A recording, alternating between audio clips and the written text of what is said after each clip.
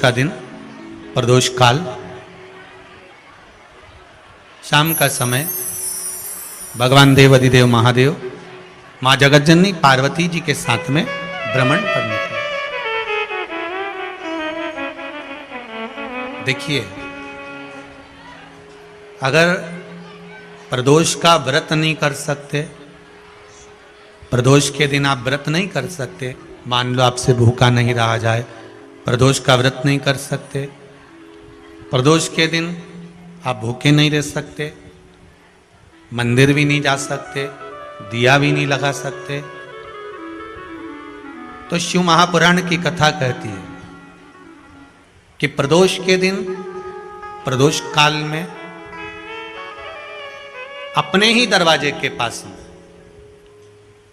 देवाधिदेव महादेव का स्मरण कर कर लक्ष्मी की वृद्धि के लिए, कार्य सिद्धि के लिए, संपदा को प्राप्त करने के लिए आप अपने ही दरवाजे के पास में एक दीप लगा सकते हो। कौन से दिन? प्रदोष के। एक बात और अच्छे से समझ लीजिए, जो बच्चे चिड़चिड़े होते हैं, चाहे घर में बेटे हों, बहुएं हों, सास हो, ससुर हो, परिवार में छोटे छोटे बच्चे हों, चिड़चिड़ प्रवृत्ति करते हों या चिड़चिड़ा स्वभाव हो, जरा जरा सी बात में क्रोध आ जाता हो, बोलने का भान नहीं रह पाता हो, शब्दों के बाण चलते हों, तो महाराज प्रदोष के दिन, प्रदोष काल में बेलपत्री के पेड़ के नीचे एक, जो पत्ता आपके पास में हो, पान का मिल जाए तो पान का, पीपल का मिल जाए तो पीपल का, बेलपत्र का मिल जाए तो बेलपत्र का, उस पत्ते पर मात्र थोड़ा सा शहद और 7 दाने चावल के रखकर घी का दिया लगा दो महाराज, और थोड़ा सा जल हाथ की अंजलि में लेकर भगवान देवाधिदेव महादेव का स्मरण कर कर कि इस बेलपत्री के वृक्ष के नीचे माता लक्ष्मी, पार्वती, सरस्वती विराजमान है। इसी बेलपत्री के पेड़ के नीचे मेरे देवाधिदेव महादेव का 12 ज्योतिर्लिंग का स्वरूप प्रकट है। उनका स्मरण कर कर जल चढ़ा दीजिए और उसका स्मरण कर लो जो चिड़चिड़ प्रवृत्ति करता हो, क्रोध करता हो, जिसको बोलने का भान नहीं होता हो, सम्मान नहीं देता हो, अपशब्द कहते हो, उनका स्मरण कर कर आप छोड़ेंगे। एकदम एक प्रदोष करेंगे, दूसरे प्रदोष तक तो आपको कोई दिक्कत ही नहीं। 2-3 प्रदोष कर कर देखिए, बाबा कृपा करें। बच्चों को पढ़ने का कह रहे हो, पढ़ने बैठो, पढ़ने बैठो, पढ़ने बैठो, पढ़ने बैठो, तो एक आध प्रयास बच्चों के लिए भी कर लिया करो कि भाई ठीक है। जैसे वैकुंठ चतुर्दशी वाला उपाय हमारे YouTube पर भी डला हुआ है, आप उसको निकाल कर सुनना, वैकुंठ चतुर्दशी के दिन प्रयास करना, बच्चे लोग विद्या में प्रबल होंगे।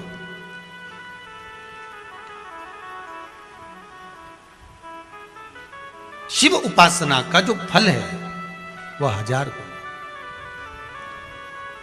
ब्राह्मण देवता आज मंदिर के दरवाजे पर बैठे हुए थे, मंदिर की बुआरी लगाकर बेलपत्री को उठाकर एक बोरे में, एक बारदान में, एक झोले में भर रहे थे।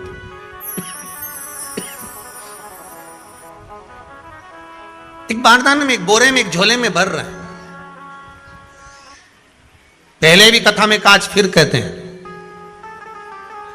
शिव मंदिर में जल बाद में चढ़ाना, शंकर के मंदिर में जाकर पंचामृत स्नान बाद में कराना, शंकर जी के मंदिर में जाकर पूजन बाद में करना, पहले थाली एक और रखकर शिव मंदिर में झाड़ू, पोछा या जो बेलपत्री, निर्माल्य जो भी रखा हो, उतरा हुआ सामान, उसको भरकर कहीं एक और जहां मंदिर वाले रखते हो वहां ले जाकर रख दो, झाड़ू पोछा एक बार जरूर। इस ब्राह्मण के चरित्र को सुनिए जो शिव महापुराण में वर्णन किया गया।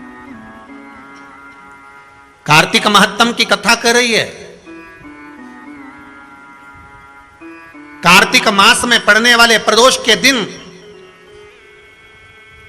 महाराज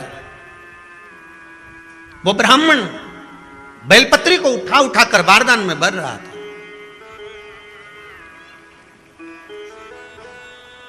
पूजन करने से पहले सबसे पहले सफाई का ध्यान रखो और एक विश्वास रखना, आप मंदिर की सफाई नहीं कर रहे हो, फिर निवेदन करूंगा आपको, आप मंदिर की झाड़ू नहीं लगा रहे हो, आप मंदिर की सफाई नहीं कर रहे हो, आप मंदिर में पोछा नहीं लगा रहे हो, जितना हाथ आप मंदिर में फेर रहे हो सफाई के लिए, उतना आपके जीवन में जितना दुख है, जितनी तकलीफ है, जितना कष्ट है, जितनी बीमारी है, उस पर हाथ फेर रहे हो। मंदिर में नहीं फेर रहे हो। नहीं तो सारी दुनिया में जितने मंदिर हैं, सारे मंदिरों में ट्रस्टियों ने कुछ ना कुछ लगा कर रखा है। स्वीपर आता है, साफ करके जाता है, ये आएगा सफाई कर जाएगा। पंडित जी होंगे तो बुआरी लगा देंगे, पंडित जी होंगे तो सफाई कर देंगे। उन्होंने तो पंडित जी को बोल के रखा है कि साफ कर दो, पंडित जी करते भी हैं, पर पहला फर्ज आपका है कि आप मंदिर में आए हो तो पहले आप सफाई करो। क्यों? क्योंकि हम उसका द्वार साफ रखें। आज के समय में तो एक नियम हो गया साहब कि मंदिर में जाते हो तो मंदिर के दरवाजे पर चप्पल उतार के जाते हो, नहीं तो शास्त्र रीति तो यह कहती है कि मंदिर में भगवान सामने बैठा है तो उसके सामने चप्पल भी नहीं उतारना चाहिए। तो कई लोग कहते हैं मंदिर के अंदर थोड़ी ना उतारा, हम तो जीने से भी बाहर, एकदम गेट के बाहर वहां उतार, पर सामने तो है ना, सम्मुख में तो है। तुम्हारे यहां अगर 4 लोग दिवाली मिलने आते हैं ना, तो तुमने चप्पल रखने का भी स्टैंड बनाकर रखा है, साइड में उतारिए, देहली पर मत उतार देना, थोड़ा साइड में उतारो। सामने से सब आते जाते रहते हैं, सामने उतारो, सम्मुख में क्यों उतार रहे हो?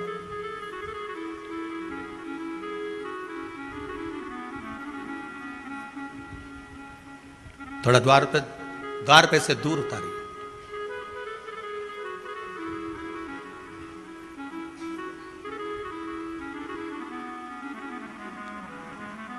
अभी तो कुबेरेश्वर धाम में काम चल रहा है, आप लोग जो दान दे रहे हो, आपके दिए हुए दान से निर्माण चल रहा है। अभी तो आप पहनकर जूता चप्पल भी अंदर आ जाते हो, भले दूसरे मंदिरों में चप्पल पहनकर हमने देखा है, आधिकाधिक मंदिरों में, ब्रजभूमि पर भी बहुत मंदिरों में लोग अंदर जूता पहनकर चले जाते हैं, पर जब तक बाबा नहीं बैठा तब तक तो आप पहनकर आ रहे हो। जिस दिन बाबा कुबेरेश्वर धाम में आकर बैठ गया, उसके बाद वो दोनों गेट पर चप्पल बाहर ही रहेगी। आओ आप, कंकर से शंकर जब शरीर से लगेगा तब सुख भोगोगे, आनंद भोगोगे, सुख की प्राप्ति। अपने द्वार पर भी कितना सुंदर लिखा है भविष्य पुराण के अंतर्गत और विष्णु पुराण में, भृगु बाबा का चरण का चिन्ह भगवान विष्णु की छाती पर रहा। भगवान विष्णु की छाती पर भृगु बाबा के चरण का चिन्ह रहा।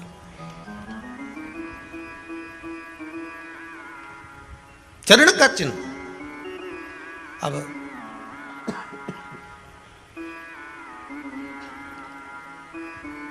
भविष्य पुराण में लिखा है कि अगर हम मंदिर के द्वार पर घर के चौखट के एकदम सामने चप्पल उतार देते हैं 7 बार दिन भर में से, इतनी बार 7 बार विष्णु पुराण कहती है, ऐसा कोई दिन नहीं होता जिस दिन दरवाजे पर 7 बार लक्ष्मी आकर खड़ी नहीं होती हो। कल एक कथा कही थी आपको कि प्रत्येक मनुष्य के भाग्य में सुख लिखा है, केवल मंथन करना। भविष्य पुराण कहती है 7 बार लक्ष्मी प्रत्येक मनुष्य के दरवाजे पर जाकर खड़ी होती है, पर द्वार पर चप्पल पड़ी होने के कारणवश वो लौट कर चली जाती है। बहुत ध्यान दीजिएगा महाराज, थोड़ा सा आपको बुरा लगेगा, लग जाए, पर शिव पुराण है, जीवन संवार देगी तो अच्छी बात है, जीवन संवार दे तो अच्छी बात है। मंदिर के द्वार पर हम जब चप्पल छोड़ते हैं, जिस मंदिर की चौखट पर चप्पल छोड़ी है, आप जितनी देर आराधना में लगे रहते हैं उतनी देर तक आपकी चप्पल पर जितने लोग लांग कर जाते हैं, जितने लोग लांग कर प्रवेश करते हैं, उसका भी दुख आपके भाग्य में आता चले जाता है। ध्यान दीजिएगा जरा, चप्पल का भविष्य पुराण में पढ़िएगा कभी कि पादुका का महत्व क्या है, पादुका किस ओर उतारना चाहिए, पादुका को कहाँ रखना चाहिए, किस जगह पर बुआरी झाड़ू को रखना चाहिए, किस जगह पर चलनी को रखना चाहिए, सुई में सब बैठकर बात करें, आवक जावक की बात हो, व्यापार की बात हो, लक्ष्मी की बात हो, प्रेम स्नेह की बात हो, आपस में बैठकर सब चर्चा कर रहे हो। अगर वहां छल नहीं होगी, झाड़ू होगी, तो बैठे बैठे बात करने में विवाद चालू हो जाएगा। 15-20 मिनट तुमने बहुत प्रेम की बात करी, अच्छे से बात करी, पति पत्नी बहुत प्रेम की बात कर रहे थे, मालूम पड़े बात करते करते से कब झगड़ा उत्पन्न हो जाए तो समझ में नहीं आया। हमारी बहू को क्या हो जाता है, बैठे बैठे बात करते करते झगड़ा कर देती है, जरा सी बात में झगड़ा चालू हो जाता है। कारण क्या है, जिस हाल में तुम बैठ रहे हो, जिस कमरे में तुम बैठ रहे हो, जिस हाल के अंदर सब बैठकर चर्चा करते, बात करते, चित्त करते, आपस में बैठकर सब लोग एक दूसरे के बातचीत करने बैठे हैं, आय व्यय देखने बैठे हैं, दुकान व्यापार की बात करने बैठे हैं, उस जगह पर भी झगड़े का क्रम कहां से आ गया, एक ना एक का मुंह क्यों फूल गया, कारण क्या था, कोई बात टेंशन क्यों आ रहा है, मतलब उस हाल में या तो चलनी रखी है या झाड़ू रखी है, भले तुमने सोफे के नीचे फंसा दियो, भले तुमने पीछे फंसा दियो, पर पड़ी जरूर है, रखी जरूर है, कहीं ना कहीं पड़ी होगी। क्यों कहते हैं कि जिस हाल में आप बैठ रहे हो, जहां पर आप संपदा की बात कर रहे हो, दौलत की बात कर रहे हो, व्यापार की बात कर रहे हो, व्यवसाय की बात कर रहे हो, उस हाल में अगर कहीं कैलेंडर टंगा हो, कोई सामान ऐसा रखा हो, कोई पर्दा ऐसा लगा हो, कोई चीज ऐसी लगी हो, तो उसमें एक सुई उसमें रख दीजिए।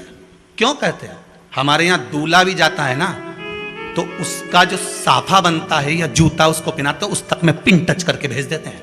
बोलो सही है कि गलत है? दूल्हा तोरण लगाने जा रहा है, दूल्हा तोरण देने जा रहा है, तो उसके जूते में भी पिन घुसेड़ कर भेजते हैं, पिन लगाकर भेजते हैं, उसके साफे में पिन लगाकर भेजते हैं। एक भले सुई नहीं लगाएंगे तो आल पिन लगाकर भेज देंगे। क्यों भेजते हैं, उसका कारण क्या है कि लक्ष्मी को लेने जा रहा है, संपदा लेने जा रहा है, और जिसको वो ब्याह करने जा रहा है उसका संबंध सुई और धागे के संबंध जैसा हमेशा सिला हुआ होना चाहिए, उधेड़ा ना जाए, कैंची जैसा कटा हुआ नहीं होना चाहिए। एक एक प्रमाण को जरा देखो तो। और दुनिया के लोग कहते हैं साहब हमारे यहाँ तो सुख नहीं है, शांति नहीं। शांति तुमने भंग करी, कोई दूसरा भंग करा। चप्पल उतार दी दरवाजे पर, मंदिर के द्वार पर। हम तो यहाँ तक कहेंगे पशुपति व्रत करने जा रहे हो, पशुपति व्रत को धारण करने जा रहे हो, एक सोमवार मत पहनो चप्पल, जब मंदिर जा रहे हो तब दिन भर पहनो, मंदिर जाओ मत पहनो। कोई जरूरी है कि मंदिर पहनने चप्पल पहनना जरूरी है? मत पहनो। मंदिर के द्वार पर जहां भगवान विराजे हैं उसके द्वार पर अगर आपने चप्पल उतारी है, आप तो अंदर चले गए, पर जितने लोग लांग रहे हैं उसका मालूम, उसका स्मरण कितना कितना गया। छाता, चप्पल, आसन,